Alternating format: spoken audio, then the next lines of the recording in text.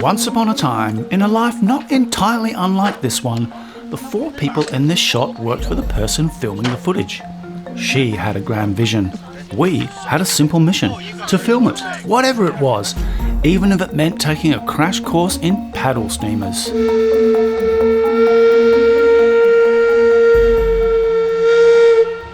Hey everyone, and welcome to episode 5 of our curious and revisionist journey through our own archives.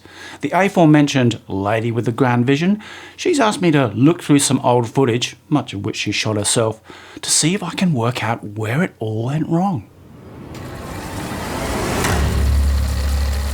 The question for all of us, visionaries and functionaries, is, do we really want to do this all over again? Christy will be doing the Mandarin English speaking. This is our boss. Nice to meet you too. Local historian. Well, local agriculture was more, but never Husband mind. and wife team. Okay. So we're going to go. Because the thing about making film and TV is that it's a bit of a grind, most of which happens off camera.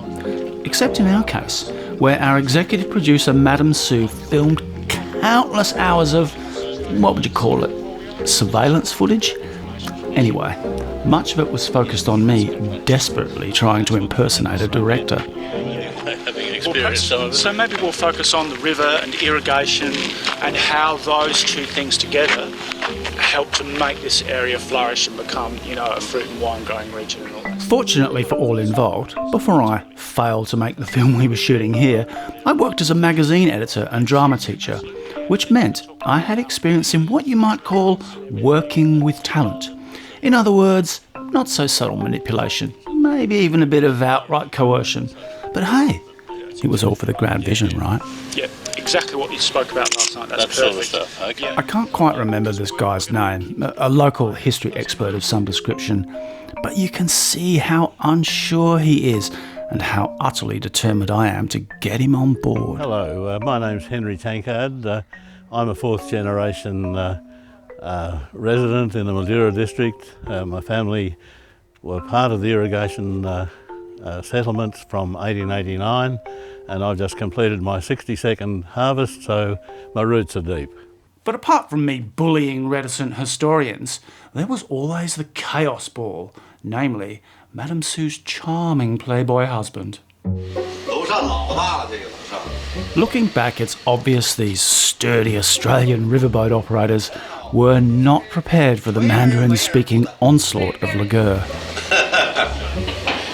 我教你说中文吧，很好，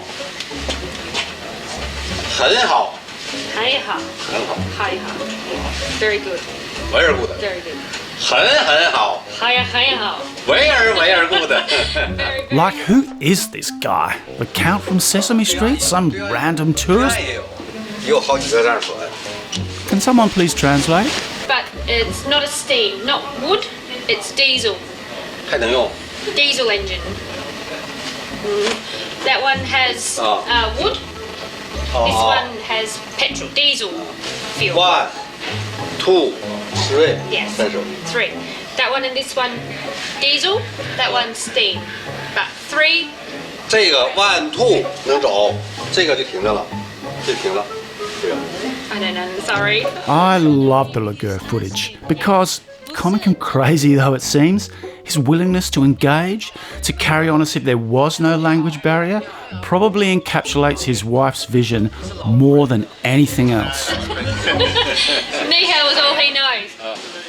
Meanwhile, my role was to become an instant paddle steamer expert and work with our producer and main cameraman Eddie to turn Madame Sue's cross-cultural master plan into, you guessed it, inoffensive magazine-style television.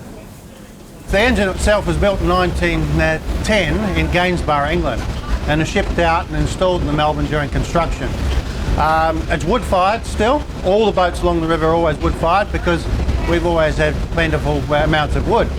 We'd burn probably 8 to 10 pieces of this timber on a 2-hour cruise.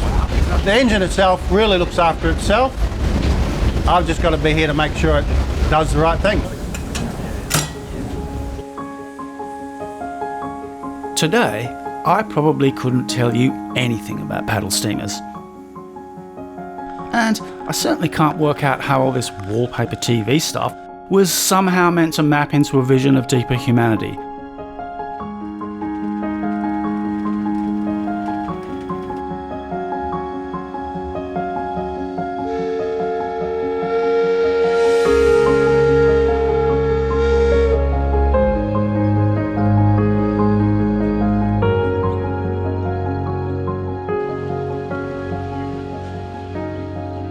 But, you know, that was life on set with the Roaming Australia crew.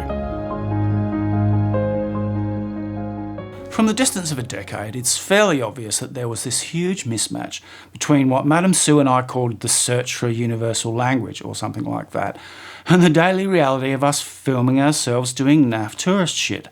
I'm pretty sure she's still scratching her head about it too. So, this is for you, Sue. I don't know if you remember filming this, but here I am with Christy trying to elaborate what I think was your vision and to add a little more value to our riverboat excursion. And also I'm trying to not just say, we went here, we went there, we did this, we did that, but reflect on kind of like the meaning of things. So yesterday I spoke about honesty because of our microphone incident. Yeah. So it's that kind of thing. It's a bit more spiritual. Maybe I was trying to second guess you or please you, but you know, looking at this, I get the sense that I meant it. I really did want this to happen, whatever it was. So the subtitle for the blog's called Roaming Australia, but my little tagline is looking for a universal language. 它那个 blog 上面，它搭的标题是 Roaming 行走澳洲，然后下面一个小的副题是寻找共同的语言。 Next up, on A Film About a Film That Never Got Made, the Serendipity episode. Or rather, a short video in which we confess to making a lot of it up as we went along, because there are some things you just can't plan. Okay.